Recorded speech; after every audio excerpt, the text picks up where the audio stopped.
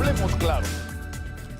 El Perú tiene un compromiso moral con Venezuela, porque en los momentos, y eso lo hemos repetido hasta el cansancio, en los momentos en que nosotros requerimos de la solidaridad de los venezolanos, fue uno de los países que nos abrió la puerta.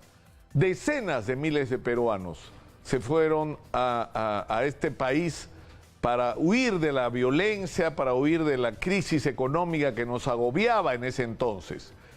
Y por eso, cuando empezó la ola migratoria hacia el Perú de los venezolanos, agobiados ellos también por la inestabilidad política, pero sobre todo por la extrema crisis económica que se está viviendo en ese país, yo mismo dije desde este espacio que estábamos obligados a abrirle los brazos a los venezolanos y a ser solidarios con ellos y a corresponder al afecto con el que ellos nos habían recibido en su momento. Sin embargo, nadie imaginó lo que estamos viviendo hoy. Hay, algunos dicen, hasta 600.000 venezolanos que han ingresado al Perú y la mayor parte de ellos se han quedado en nuestro país y no nos han usado simplemente como tránsito para ir a Chile, Argentina o a otro destino. Y eso nos ha supuesto un problema gravísimo, porque es como si de pronto y de la noche a la mañana y en unos pocos meses la población se multiplicara, la población adulta se multiplicara, y con ello todas las demandas que esta presencia supone en términos de acceso al transporte, acceso a la vivienda, acceso a la salud, acceso a la educación, acceso a los servicios básicos, se han convertido en términos prácticos en una competencia para nuestros trabajadores, con desventaja para los nuestros. Porque entre las virtudes que uno tendría que estar obligado a reconocer al régimen chavista de las últimas 2 décadas, ha sido la inversión en educación. Entonces, y por supuesto, es decir, tienes una altísima calificación profesional, pero no tienes trabajo en Venezuela. Ese es el drama, ¿no?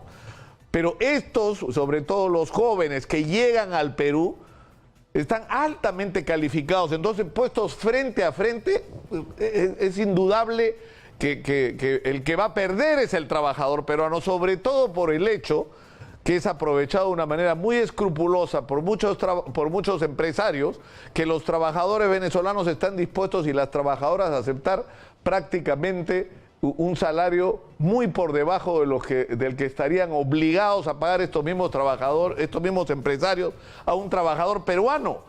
Pero por el otro lado tenemos cotidianamente, porque no hay día en que no tengamos un registro de algún incidente de violencia, algún crimen, algún feminicidio, algún hecho luctuoso en el que no haya intervenido un ciudadano venezolano. Y esto nos ha desbordado completamente. Entonces, en este momento hay una discusión sobre el acuerdo de Marrakech de las Naciones Unidas, según el cual nosotros estamos obligados a suscribirlo, porque eso en realidad no nos obliga, porque no es vinculante, pero digamos, crea un contexto en el cual nosotros tendríamos que permitir que esta migración continúe y estar abierto a cualquier otra que se produzca. Y esto, digamos, tiene lógica en el caso de los peruanos, porque nosotros hemos exportado 3 millones de compatriotas. 1 de cada 10 peruanos vive fuera.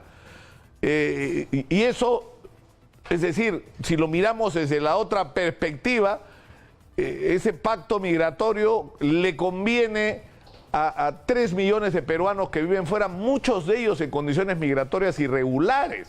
Pero en fin, el asunto que debemos enfrentar con urgencia es que esta situación de los venezolanos en el Perú no puede seguir siendo dejada a la suerte. No se trata simplemente de levantar la frontera y que vengan todos sin tener un plan, sin tener respuestas, sin saber qué vamos a hacer con ellos, dónde van a vivir, qué van a comer, qué trabajo van a tener. Evitar el perjuicio que pueda causarle a nuestros propios trabajadores y a nuestra propia gente.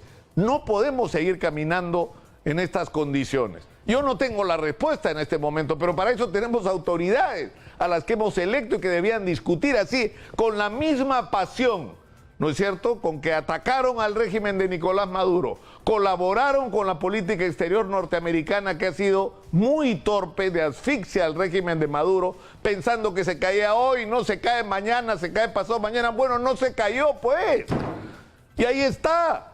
Y una de las consecuencias de esta política exterior es que tengamos esta migración masiva.